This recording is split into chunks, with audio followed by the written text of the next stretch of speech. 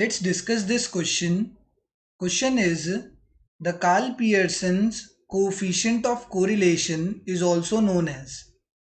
देखो हमें कोरिलेशन निकालने के लिए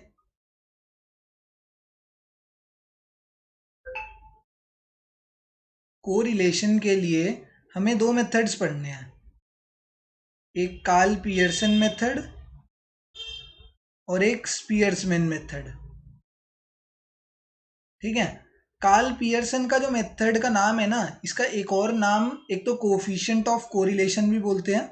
अगर हमें पेपर में बोला जाए कि find the coefficient of correlation, तुमसे क्वेश्चन में कुछ भी नहीं बोला गया, बताया नहीं कौन से मेथड से निकालना है, क्या करना है, तुमसे कह दिया गया कोफिशिएंट ऑफ कोरिलेशन निकालो, तो तुम समझ जाना कि कार्ल पियर्सन के मेथड से ही निकालना है।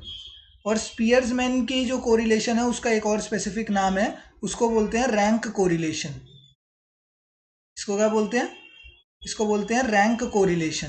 तो अगर रैंक कोरिलेशन निकालने के लिए बोले तो समझ जाना स्पीयर्समैन के मेथड से निकालना है, एंड कोफिशिएंट ऑफ कोरिलेशन निकालने के लिए बोले तो समझ जाना कि कार्ल पियर्सन के मेथड से निकालना है। पहली बात तो ये हो गई।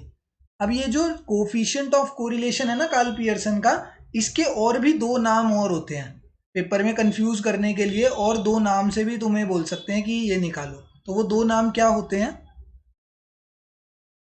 So the other two names are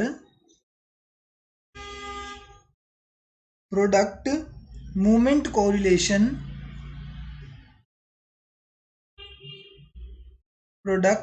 correlation,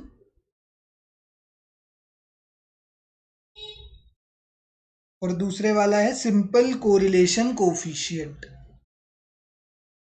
simple correlation coefficient. ठीक है, तो एक चीज, ये दो तो तुम्हें देखो याद करने ही करने हैं। ये भले ही ये जो दो इस क्वेश्चन में दे रखे हैं ये याद करो ना करो, उसमें कोई प्रॉब्लम नहीं है, बट पेपर में ना सीधा ये पूछा जाता है, डेटा दे दिया जाएगा एंड बोला जाएगा find the coefficient of correlation. ये नहीं बताया जाएगा कौन से मेथड से। तो तुम्हें पता लगाना है कि कोफिशिएंट ऑफ कोरिलेशन का मतलब है कि कार्ल पियर्सन मेथड से हमें कोरिलेशन निकालना है, एंड अगर रैंक कोरिलेशन बोल दिया जाए तो तुम्हें समझ जाना है कि स्पीयर्समैन मेथड से हमें कोरिलेशन निकालना है।